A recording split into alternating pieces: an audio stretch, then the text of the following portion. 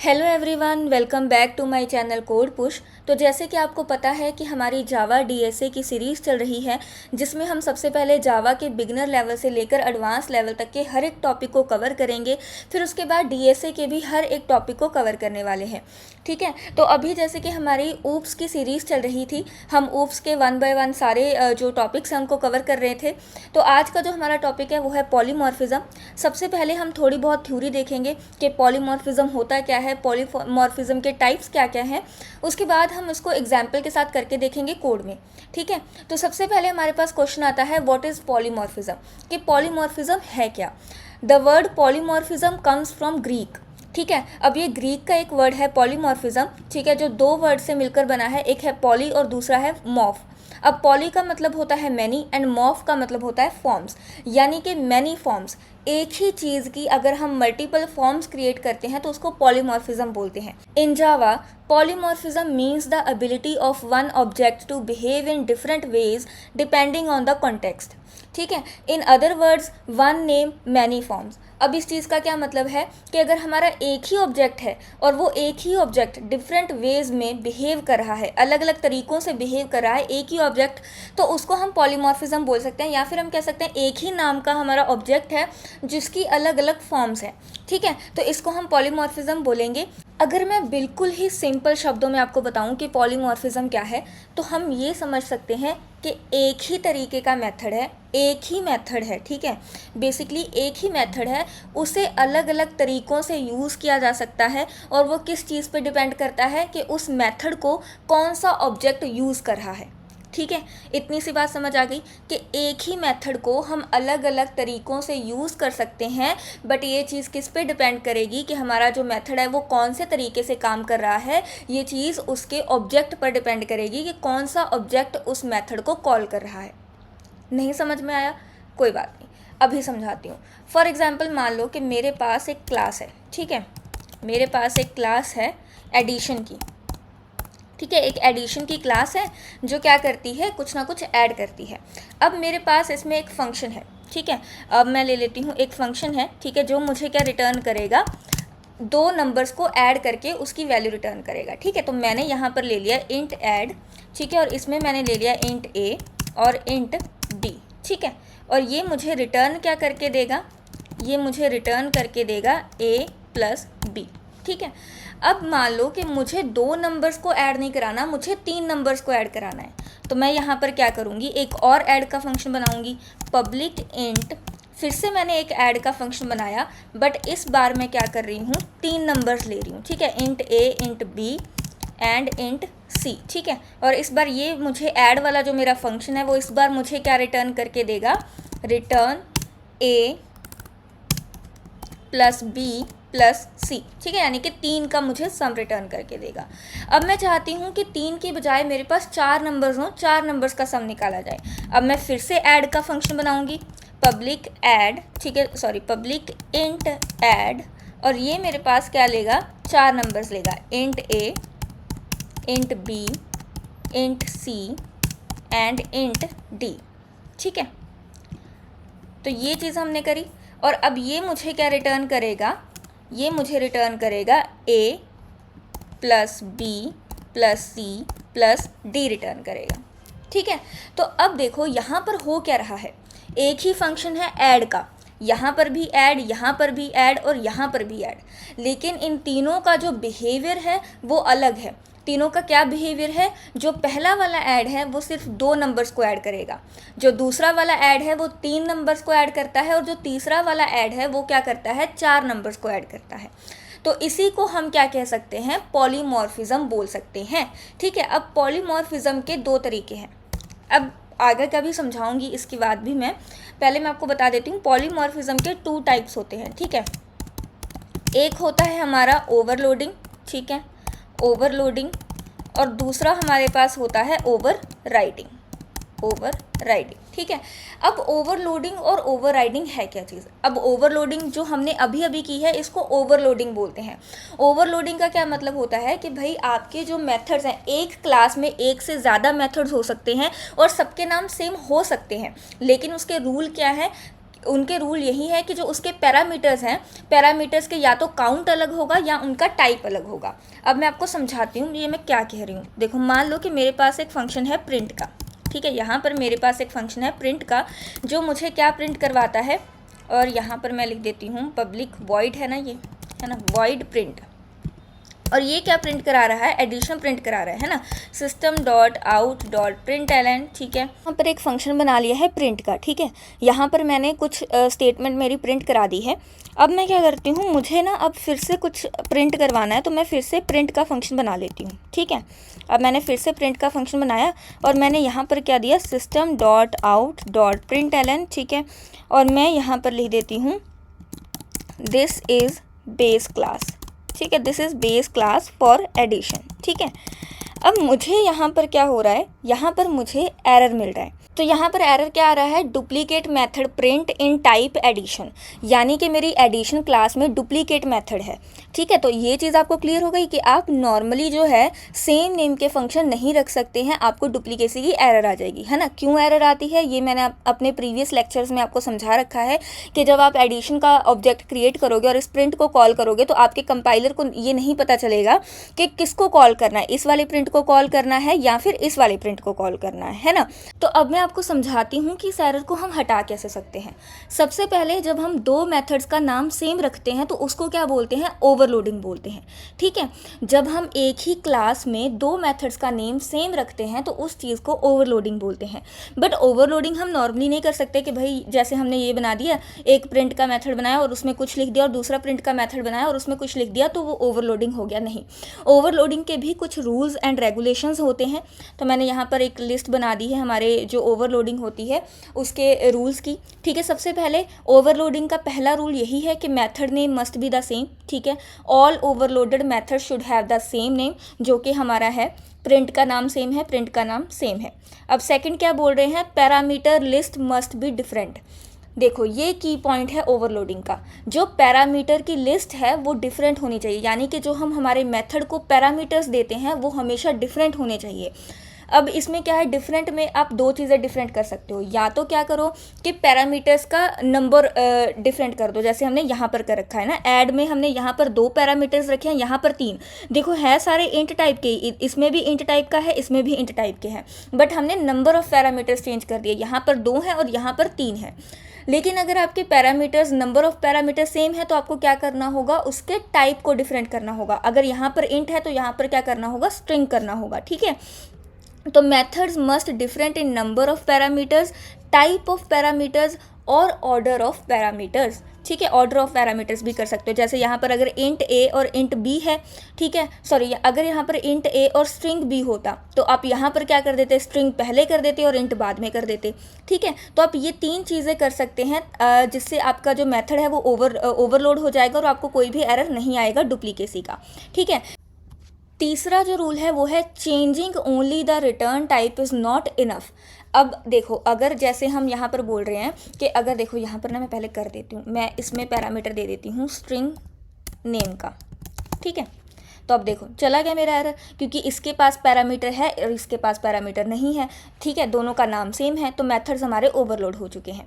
अब तीसरा पॉइंट क्या कहता है कि अगर आप उसकी रिटर्न टाइप चेंज कर देते हो तो वो इनफ नहीं है। मान लो कि देखो जहाँ पर मैंने बताया आपको कि आप अलग अलग पैरामीटर्स रखोगे सेम नेम के मेथड्स का तो आपका हो जाएगा, लेकिन अगर आप डिफरेंट मतलब पैरामीटर्स भी सेम रखते हो, नेम भी सेम रखते हो और रिटर्न टाइप चेंज करते हो तो उसका कोई फ़ायदा नहीं है। रिटर्न टाइप चेंज करने से आपका जो मेथड है वो ओवरलोड नहीं हो सकता जब तक कि आपके पैरामीटर्स अलग अलग नहीं हैं। मान लो मैंने यहाँ पर पैरामीटर सेम रख दिए और यहाँ पर मैंने रिटर्न टाइप अलग रख दिया, इसका मैंने रिटर्न टाइप इंट कर दिया, ठीक है, और जो कि मेरा फंक्शन रिटर्न करेगा इंट को रिटर्न कर देगा, यहाँ पर ऐसे ही मैंने 0 रिटर्न करा दिया, ठीक है। अब फिर भी मेरे पास क्या है, एरर आएगा। देखो मेरे पास फिर भी क्या एरर आता है, डुप्लीकेट मेथड प्रिंट का।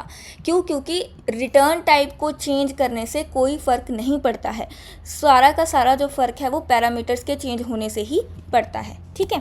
तो ये भी हमारा ओवरलोडिंग का एक रूल है और यहाँ पर मैं कर देती हूँ स्ट्रिंग, ठीक है, ये मैंने जस्ट ऐसे ही लिख दिया है स्ट्रिंग नेम, हम इसको कहीं भी यूज़ नहीं कर रहे हैं नेम वाले पैरामीटर को, ये बस समझाने के लिए आपको बता दिया कि ओवरलोडिंग के रूल क्या होते हैं।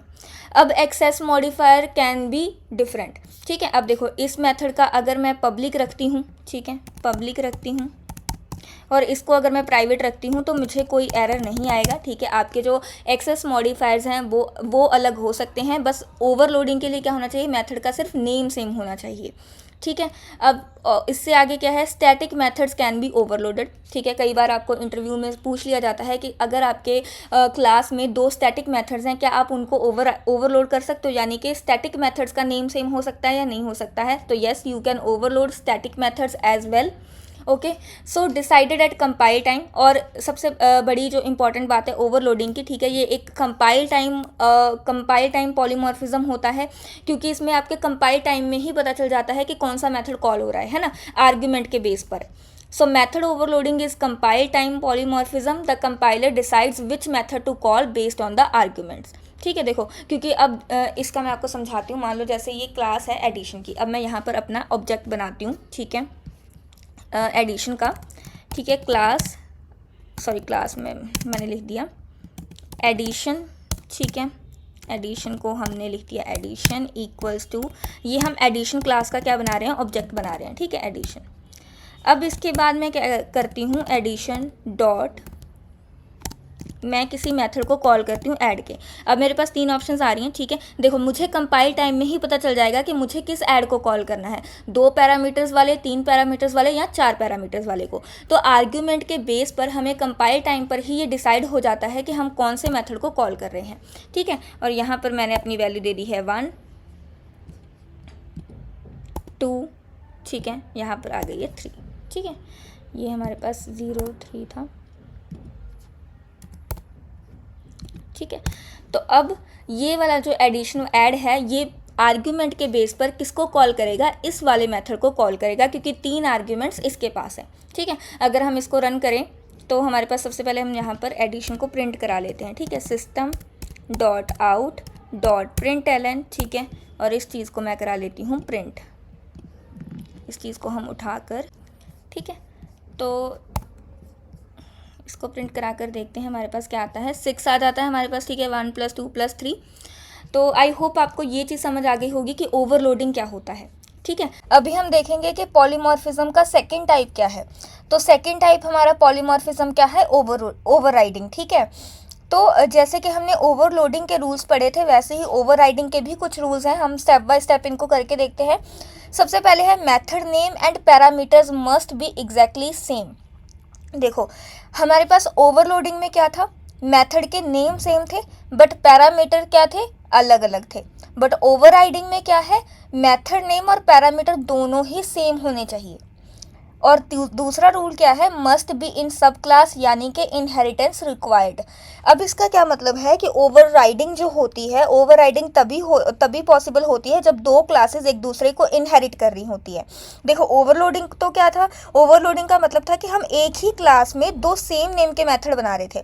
तो जब एक ही क्लास में 2 सेम नेम के मेथड बना रहे थे तो उनके पैरामीटर्स को अलग कर रहे थे, ताकि कंपाइलर जो है वो पहचान सके कि जब हम उस क्लास के ऑब्जेक्ट के थ्रू उस मेथड को कॉल कर रहे हैं तो कौन सा वाला मेथड कॉल करना है, ठीक है।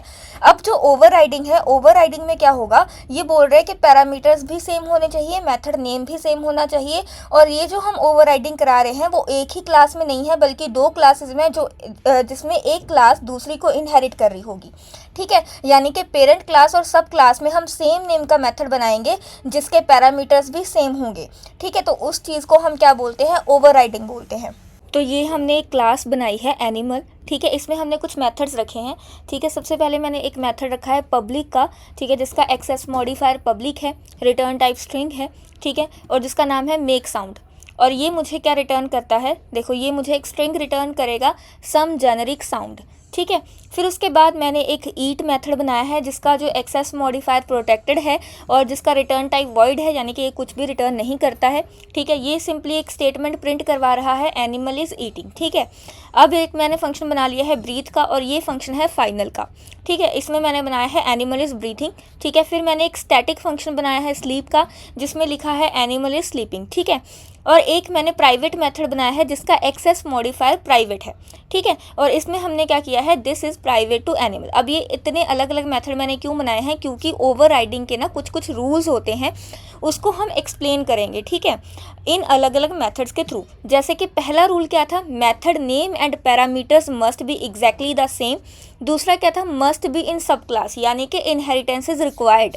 अब हमने क्या करना है कि इसकी हम एक क्या करेंगे, चाइल्ड क्लास बनाएंगे और उस चाइल्ड क्लास में इन मेथड्स को ओवरराइड करेंगे, ठीक है। तो हमारे पास क्या होगा, एक क्लास हमने बना ली है डॉग, ठीक है, जो किसको एक्सटेंड कर रही है, एनिमल क्लास को एक्सटेंड कर रही है, ठीक है जी। अब हम क्या करना चाहते हैं, इस मेथड को ओवरराइड करना चाहते हैं, ठीक है। अब ओवरराइड करने के लिए हमने क्या रूल बताया था आपको कि क्या क्या रूल होने चाहिए। एक तो मेथड का नाम सेम होना चाहिए और पैरामीटर्स भी सेम होने चाहिए, ठीक है। और दूसरा क्या है, दोनों क्लासेस में आपस में इनहेरिटेंस का रिलेशनशिप होना चाहिए। तीसरा क्या है, return type must be same और कोवेरिएंट, और जो रिटर्न टाइप है आप वो चेंज नहीं कर सकते, ठीक है। रिटर्न टाइप क्या होनी चाहिए, सेम होनी चाहिए या फिर कोवेरिएंट होनी चाहिए। अब कोवेरिएंट का क्या मतलब होता है ये मैं आपको बाद में बताऊंगी, ठीक है। अभी के लिए आप समझ लो कि भाई आपकी रिटर्न टाइप हम सेम रखेंगे, ठीक है। तो मैंने यहाँ पर क्या किया, जैसे कि ये मेक साउंड का फंक्शन है, मैंने यहाँ पर बनाया पब्लिक, ठीक है, वॉइड, सॉरी पब्लिक ये है स्ट्रिंग है ना, पब्लिक स्ट्रिंग और मेक साउंड, ठीक है, सेम नेम होना चाहिए हमारा, ठीक है जी, मेक साउंड। और ये मुझे क्या रिटर्न करेगा, डॉग इज बार्किंग, ठीक है। देखो इसका जो है मेक साउंड, इसमें कोई जेनरिक साउंड, ठीक है, कि भाई एनिमल एक साउंड निकालता है। अब डॉग का हम बताएंगे, ठीक है, बार्क, ठीक है, डॉग बार्क्स।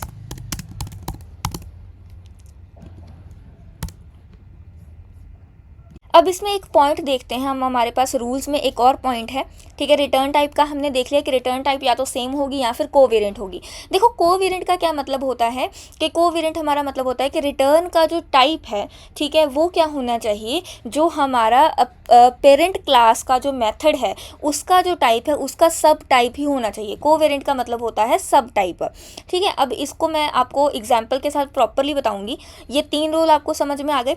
पहला क्या है, मेथड नेम सेम होना चाहिए, पैरामीटर्स एग्जैक्टली सेम होने चाहिए, ठीक है, must be in the sub class, ठीक है, जो हमारे पास जिस मेथड को हम ओवरराइड कर रहे हैं वो किस क्लास में ओवरराइड होगा, उसकी सब क्लास में ओवरराइड होगा, ठीक है, यानी कि हम किसी क्लास की जो सब क्लास है उसके अंदर सेम नेम का मेथड बनाएंगे, ठीक है। Return type must be same, तो हमने सेम रखा है। और दूसरा क्या है, कोवेरिएंट, जिसको हम बाद में एग्जाम्पल के साथ देखेंगे कि कोवेरिएंट का क्या मतलब है।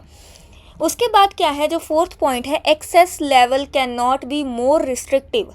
Access level cannot be more restrictive. You can make it more accessible but not less.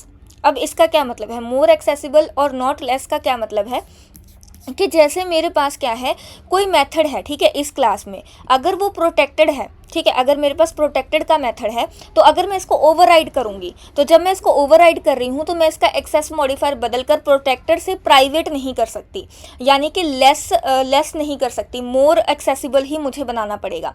तो प्रोटेक्टेड से ज़्यादा एक्सेसिबल कौन होता है, पब्लिक, है ना। तो अगर मुझे इसका एक्सेस मॉडिफायर चेंज करना है तो उसका रूल ये होता है कि हम हमारे जो पेरेंट क्लास का मेथड है उसको अगर चाइल्ड क्लास में ओवरराइड कर रहे हैं तो उसका एक्सेस मॉडिफायर जो होता है वो हमारे पास क्या होना चाहिए, ज़्यादा एक्सेसिबल होना चाहिए, हम उसको कम एक्सेसिबल नहीं बना सकते।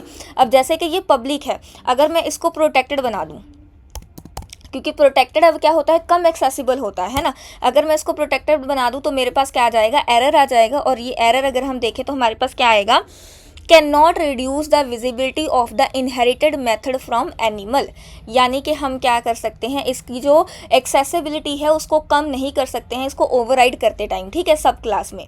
यानी कि हम इसकी जो एक्सेसिबिलिटी है उसको अगर हमें चेंज करना है तो हम सिर्फ बढ़ा सकते हैं, कम नहीं कर सकते।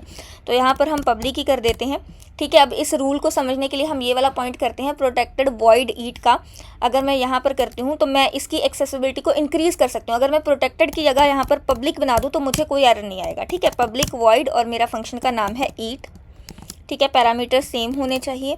और सिस्टम डॉट, ठीक है, system dot out dot println, और यहाँ पर मेरे पास क्या आ जाएगा, डॉग ईट्स डॉग फूड, ठीक है, डॉग ईट्स डॉग फूड, ठीक है, ये चीज़ क्लियर है। उसके बाद हमारे पास कुछ और रूल्स हैं, ठीक है। इसमें हमारे पास क्या है, only inherited methods can be overridden, ठीक है। सिर्फ इनहेरिटेड मेथड्स ही ओवररिडन हो सकते हैं, यानी कि जिन मेथड्स को इनहेरिट किया जा सकता है सिर्फ वही मेथड ओवररिडन हो सकते हैं। यानी कि स्टैटिक मेथड्स जो होते हैं वो ओवररिडन नहीं हो सकते, फाइनल मेथड भी जो है ओवररिडन नहीं हो सकते, और जो प्राइवेट मेथड्स है वो भी ओवररिडन नहीं हो सकते। तो यहाँ पर हमने प्राइवेट मेथड्स भी बना रखे हैं एनिमल क्लास में, ठीक है, और हमने स्टैटिक भी बनाए हुए हैं और हमने फाइनल भी बनाए हुए हैं। अब हम इनको हमारी जो चाइल्ड क्लास है उसमें ओवरराइड करने की कोशिश करते हैं कि हमें क्या एरर आता है, ठीक है। अगर मैं फाइनल मेथड को ओवरराइड करने की कोशिश करती हूँ, ठीक है, तो ये मेरे पास क्या है, पब्लिक, ठीक है, और यहाँ पर मैं लिखती हूँ वॉइड, और यहाँ पर मैं करती हूँ ब्रीथ, ठीक है। तो मेरे पास क्या एरर आ रहा है, इस एरर को चेक करते हैं, ठीक है। Can not override the final method from animal, ठीक है। और इसकी बजाय अगर हम स्टैटिक मेथड जो कि है स्लीप, इसको ओवरराइड करें तब भी मेरे पास क्या आ जाएगा, एरर आ जाएगा। और एरर मेरे पास क्या है, this instance method can not override the static method from animal, ठीक है। इसके बाद मेरे पास एक प्राइवेट मेथड है, तो इसकी भी हम एक्सेसिबिलिटी क्या कर सकते हैं, बढ़ा सकते हैं, ठीक है। प्राइवेट की जगह हम पब्लिक कर सकते हैं, पब्लिक वॉइड, और फिर इस मेथड को क्या कर सकते हैं, कॉल कर सकते हैं, ठीक है। अब ये प्राइवेट मेथड है, ठीक है।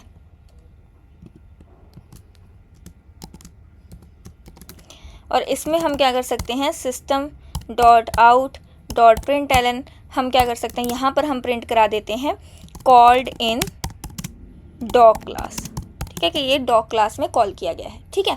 अब हम क्या करेंगे, इनकी आउटपुट्स देखते हैं कि कैसे कर सकते हैं। पहले हम इन दोनों के ना ऑब्जेक्ट बना लेते हैं हमारी इस वाली क्लास में। पहले मैं बनाती हूँ एनिमल क्लास का ऑब्जेक्ट, ठीक है। एनिमल क्लास का ऑब्जेक्ट बनाएंगे, न्यू कीवर्ड यूज़ करते हैं हम जब भी किसी क्लास का ऑब्जेक्ट बनाना होता है, ठीक है जी। अब यहाँ पर हमारे पास क्या आ जाएगा, अगर मैं एनिमल डॉट क्या करूँ, जैसे सबसे पहले मेरे पास जो मेथड था जो हमने किया था मेक साउंड, है ना, मेक साउंड को कॉल करते हैं। उसके बाद मैं डॉग क्लास का बनाती हूँ, ठीक है, डॉग क्लास का मैं बनाती हूँ,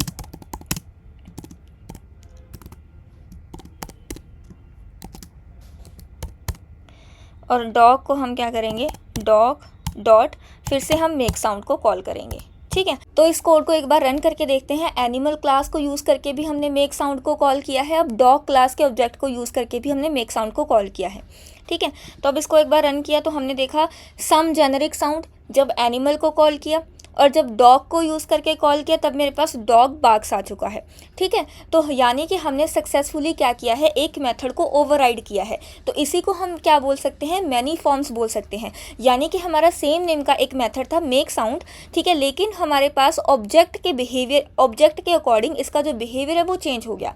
जब हमने एनिमल क्लास के ऑब्जेक्ट के थ्रू इसको कॉल किया तो इसका बिहेवियर था, इसने सम जेनेरिक साउंड प्रिंट करवाया। जब हमने डॉग क्लास के ऑब्जेक्ट के थ्रू इसको कॉल किया तो इसने क्या प्रिंट कराया, डॉग बार्क्स प्रिंट कराया, ठीक है। तो एक और चीज़ जो आपको ओवरराइडिंग के बारे में जाननी चाहिए, जैसे कि ओवरलोडिंग था, ओवरलोडिंग में क्या था कि ये एक कंपाइल टाइम पॉलीमॉर्फिज्म था, क्योंकि हमें कंपाइल टाइम में ही पता चल जा रहा था कि हम कौन से मेथड को कॉल कर रहे हैं आर्ग्यूमेंट के बेस पर। बट यहाँ पर आर्ग्यूमेंट्स भी सेम है, नेम भी सेम है, तो यहाँ पे हम कंपाइल टाइम पर नहीं बता सकते हैं कि हम कौन से मेथड को कॉल कर रहे हैं, क्योंकि जो ऑब्जेक्ट कॉल होगा ऑब्जेक्ट के बेस पर ही हमारा जो मेथड है वो कॉल होता है। तो इसलिए ये हमारे पास क्या है, ये एक रन टाइम पॉलीमॉर्फिज्म है, ठीक है। So this is a run time polymorphism. तो एक ये भी डिफरेंस होता है ओवरलोडिंग एंड ओवरराइडिंग में। ओवरलोडिंग जो होता है वो कंपाइल टाइम पॉलीमॉर्फिज्म होता है, ओवरराइडिंग जो होता है वो रन टाइम पॉलीमॉर्फिज्म होता है, ठीक है। तो ये कुछ डिफरेंसेस थे ओवरलोडिंग एंड ओवरराइडिंग के बारे में। तो आई होप आपको एग्जाम्पल के साथ हर एक रूल भी समझ आ गया होगा। तो अगर आपको कुछ भी समझ में नहीं आता तो आप प्लीज़ मुझे कमेंट सेक्शन में एक फीडबैक ज़रूर देना कि आपको मेरा जो कंसेप्ट है वो समझ में आता है या नहीं आता है, क्योंकि I am not sure about कि भाई समझाने का तरीका कैसा है।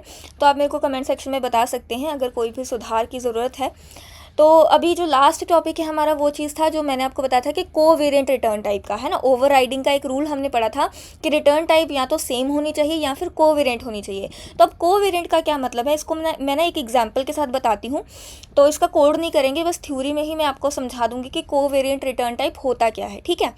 When overriding a method in Java, ठीक है। Normally the return type of the overridden method must be the same as the parent method. Okay, देखो ओवरलोडिंग जो था, ओवरलोडिंग का कॉन्सेप्ट क्या था, उसमें हम रिटर्न टाइप चेंज कर सकते थे। रिटर्न टाइप का कोई अच्छा ऐसा रूल नहीं था, रिटर्न टाइप कोई भी हो सकती थी दोनों मेथड्स की, है ना। बट ओवरराइडिंग में क्या है कि मोस्टली क्या होता है कि वैसे तो जो रिटर्न टाइप है वो हमेशा सेम ही रहना चाहिए, पेरेंट क्लास के मेथड का भी और जो सब क्लास उस मेथड को ओवरराइड कर रही है उसका भी, है ना।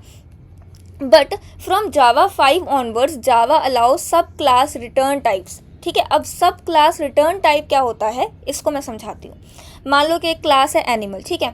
अब हमने इस एनिमल क्लास में एक मेथड बनाया है जो एनिमल क्लास को ही रिटर्न करता है, यानी कि एनिमल क्लास के ऑब्जेक्ट को ही रिटर्न करेगा। ये मेथड है गेट एनिमल का, इसका रिटर्न टाइप क्या है, एनिमल है ना। अब हमने क्या किया, ये एक मेथड बना लिया गेट एनिमल का जो हमारे पास एनिमल के ऑब्जेक्ट को रिटर्न करेगा।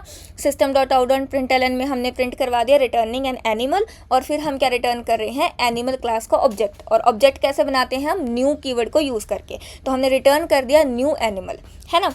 अब उसके बाद हमने एक क्लास बनाई है डॉग जो एनिमल को एक्सटेंड करती है, यानी कि डॉग अब किसकी सब टाइप हो गया, एनिमल का सब टाइप हो गया। ये चीज़ क्लियर है कि जो भी क्लास अगर किसी क्लास को इनहेरिट करती है तो वो उस क्लास का सब टाइप बन जाता है।